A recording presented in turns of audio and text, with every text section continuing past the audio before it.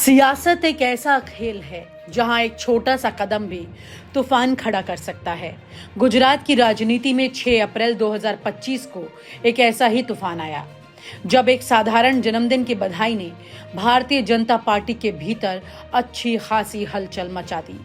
ये बधाई थी संजय जोशी को, जो कभी बीजेपी के कद्दावर नेता और राष्ट्रीय स्वयंसेवक संघ के प्रचारक रहे, लेकिन आज पार्टी की मुख्य धारा से बाहर हैं। इस घटना ने न केवल गुजरात बल्कि पूरे देश में सियासी गलियारों में इस बात को चर्चा का विषय बना दिया।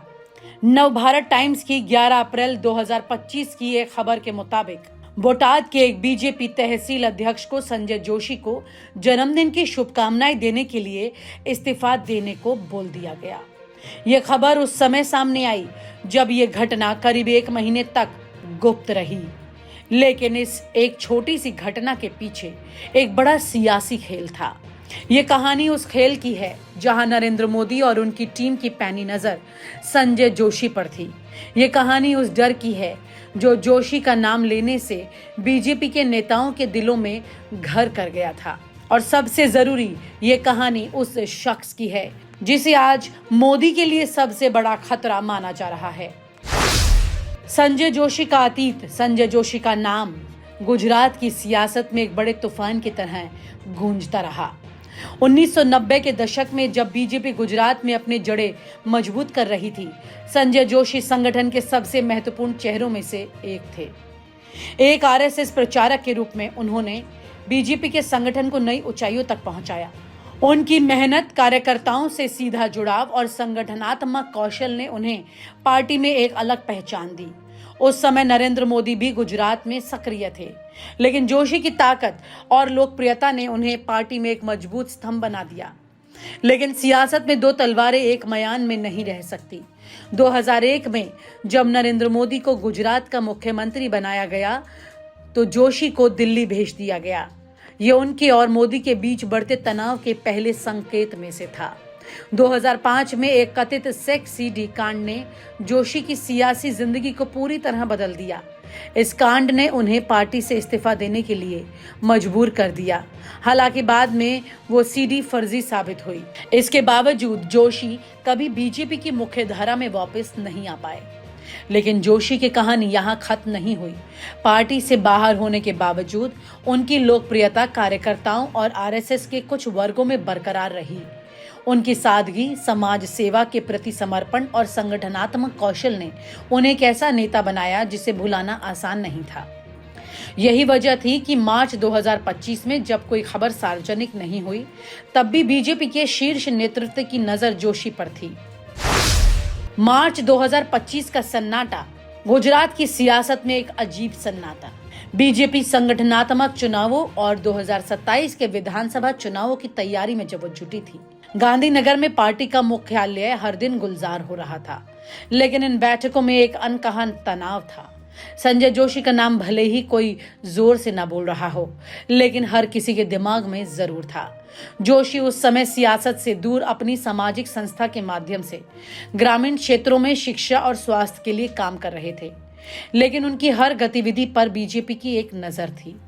सूत्रों के अनुसार गांधीनगर में एक छोटा सा दफ्तर, जो आधिकारिक तौर पर संगठनात्मक कामों के लिए था, वास्तव में जोशी की गतिविधियों की निगरानी का केंद्र बन चुका था। उनकी हर मुलाकात, हर सभा और यहाँ तक कि उनके सोशल मीडिया की पोस्ट की जांच भी बखूबी होती रही। इस निगरानी के पीछे एक बड़ा कारण था। नरेंद्र मोदी और उनकी टीम को डर था कि जोशी अपनी पुरानी लोकप्रियता का इस्तेमाल कर सकते हैं। कार्यकर्ताओं के बीच उनकी पकड़ और आरएसएस के कुछ नेताओं का समर्थन उन्हें एक संभावित खतरा बनाता था। यही वजह थी कि बीजेपी के नेताओं को सख्त निर्देश दिए गए थे कि वो जोशी से किसी भी तरह का संपर्क न रखें। मार्च में जब कोई खबर सार्वजनिक नहीं हुई थी, तब भी बीजेपी के जिला और तहसील स्तर के नेताओं को मौखिक रूप से चेतावनी दी गई थी। एक जिला अध्यक्ष ने अपने सहयोगियों से कहा, संजय जोशी का नाम लेना अब खतरनाक है। उनकी हर बात दिल्ली तक पहुंच जाती है। ये दिल्ली कोई और नहीं बल्कि नरेंद्र मोदी और उनकी कोर टीम थी। जन्मदिन की बधाई 6 अप्रैल 2025 को संजय जोशी का जन्मदिन। जी, बोटाद के एक बीजेपी तहसील अध्यक्ष जिनका नाम खबर में नहीं बताया गया, उन्होंने जोशी को जन्मदिन की शुभकामनाएं दी थी। ये बधाई शायद एक WhatsApp message, social media post या किसी ग्रुप से ही भेजी गई थी। ये एक साधारण सी बात थी जो किसी भी पुराने साथी के लिए आम थी, लेकिन बीजेपी के लिए ये बिल्कुल आम नहीं थी। बधाई का ये मैसेज तेजी से वायरल हो गया। ये स्क्रीनशॉट बोटाद से निकलकर जिला कार्यालय, फिर गांधीनगर और आखिरकार दिल्ली तक पहुंच गया। बीजेपी के शीर्ष नेतृत्व ने इसे गंभीरता से लिया। तहसील अध्यक्ष को तुरंत तलब किया गया और उनसे इस्तीफा देने के लिए कहा गया। इस कार्रवाई का कारण ये था कि संजय जोशी का नाम लेना पार्टी में एक टैबू बन चुका था। इस घटना ने कई सवाल खड़े कर दिए। आखिर एक जन्मदिन की बधाई क्यों इतना बड़ा मुद्दा बन गई? क्या ये केवल एक कार्यकर्ता की गलती थी या इसके पीछे कोई बड़ा सियासी खेल था? जवाब था उस डर में जो जोशी का नाम बीजेपी के नेताओं के दिलों में पैदा करता था। नरेंद्र मोदी और संजय जोशी के बीच का तनाव कोई नई बात नहीं। 1990 के दशक से लेकर 2000 के शुरुआती सालों तक दोनों नेताओं के बीच सियासी खींचतान चलती रही। जब मोदी 2001 में गुजरात के मुख्यमंत्री बने तो जोशी को दिल्ली भेजा गया। 2005 के कथित सीडी कांड ने जोशी को पार्टी से बाहर कर दिया, लेकिन उनकी लोकप्रियता कम नहीं हुई। जब ये जन्मदिन पर शुभकामनाएं देने की घटना घटी तो मोदी की टीम जोशी की हर गतिविधि पर कड़ी नजर रख रही थी। सूत्रों के मुताबिक जोशी की सभाओं, उनके सामाजिक कार्यों और यहाँ तक कि उनके पुराने साथियों से मुलाकातों की भी पूरी जानकारी इकट्ठी कर ली जाती थी। गांधीनगर में एक विशेष टीम ये काम कर रही थी जो हर छोटी बड़ी जानकारी दिल्ली तक पहुंचा रही थी। इस निगरानी का कारण था जोशी के कार्यकर्ताओं के बीच पकड़। बीजेपी के निचले स्तर के कार्यकर्ता जो 90 और 2000 के दशक में जोशी के नेतृत्व में काम कर चुके थे, आज भी उन्हें सम्मान देते थे। आरएसएस के कुछ वर्गों में भी जोशी का प्रभाव था। यही वजह थी कि मोदी और उनकी टीम को डर था कि जोशी को कभी भी अपनी पुरानी ताकत को वापस हासिल करने में ज्यादा परेशानी नहीं आने वाली, और यही परेशानी मोदी शाह के लिए बड़ी बन सकती थी। बोटाद की इस घटना ने एक ऐसा डर बढ़ा दिया लोगों में जो अब जोशी के करीब जाने में और डरने लगे। एक तहसील अध्यक्ष की बधाई को पार्टी ने इतनी गंभीरता से ले लिया कि उसे इस्तीफा देना पड़ा। यह कार्रवाई एक संदेश थी, संजय जोशी से दूरी बनाए रखो वरना अंजाम भुगतना पड़ेगा। संजय जोशी को बीजेपी के लिए सबसे बड़ा खतरा क्यों माना जाता था? इसका जवाब उनकी सियासी और सामाजिक पकड़ में छिपा था।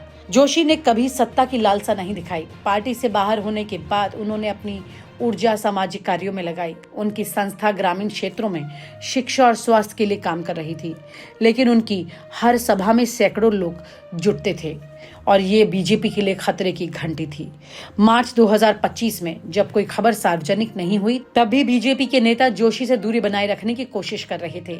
जिला और तहसील स्तर पर नेताओं को साफ निर्देश थे कि जोशी का नाम ना लिया जाए, लेकिन बोटाद के तहसील अध्यक्ष ने यह निर्देश तोड़ दिया और उनकी बधाई ने न केवल उनकी नौकरी छीन ली, बल्कि ये भी साबित कर दिया कि जोशी का नाम आज भी बीजेपी के लिए एक बड़ा मुद्दा है।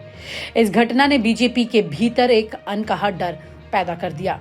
पार्टी के शीर्ष नेतृत्व को डर था कि जोशी की वापसी और उनकी बढ़ती लोकप्रियता संगठन के लिए चुनौती बन जाएगी। यही वजह थी कि उनकी हर गतिविधि की निगरानी की गई। एक वरिष्ठ नेता ने नाम न बताने की शर्त पर कहा था, संजय जोशी का नाम लेना अब सियासत में आत्महत्या करने जैसा है।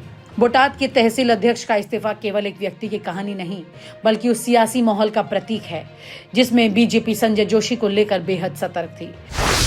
इस्तीफे की खबर जब 11 अप्रैल 2025 को नवभारत टाइम्स में छपी तो ये पूरे गुजरात में चर्चा का मुद्दा बन गई।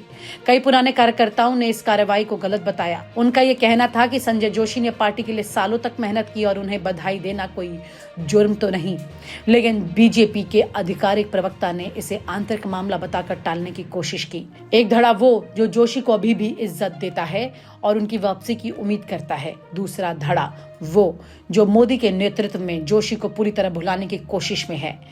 बोटाद की इस घटना ने दोनों धड़ों के बीच की खाई को और गहरा कर दिया। संजय जोशी ने इस पूरी घटना पर कोई भी सार्वजनिक बयान नहीं दिया।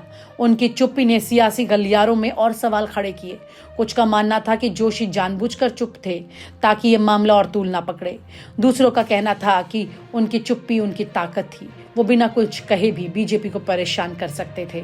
जोशी उस समय अपनी सामाजिक संस्था के काम में व्यस्त थे।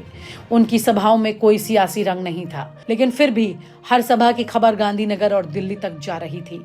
उनकी लोकप्रियता और कार्यकर्ताओं से जुड़ाव बीजेपी के लिए एक बड़ा खतरा बन चुका है। बोटाद की घटना केवल एक तहसील के अध्यक्ष के इस्तीफे की कहानी नहीं, बल्कि उस सियासी खेल की कहानी है जहां एक नाम तूफान खड़ा कर सकता है। संजय जोशी का नाम आज भी बीजेपी के लिए एक बड़ी पहेली है। उनकी लोकप्रियता, उनका संगठन कौशल और उनकी सादगी उन्हें एक ऐसा नेता बनाती है जिसे नजरअंदाज करना आसान नहीं। संजय जोशी की कहानी गुजरात की सियासी में एक अनकहा अध्याय है। वो एक ऐसे नेता है जो सत्ता से दूर होने के बावजूद सियासत को प्रभावित करते हैं। ये कहानी हमें सिखाती है कि सियासत में वफादारी और डर एक साथ चलते हैं। ये हमें बताती है कि एक साधारण बधाई भी सत्ता के गलियारों में तूफान ला सकती है। और सबसे जरूरी, ये हमें संजय जोशी जैसे नेता की ताकत दिखाती है जो बिना पद के भी लाखों दिलों में आज भी बसते हैं।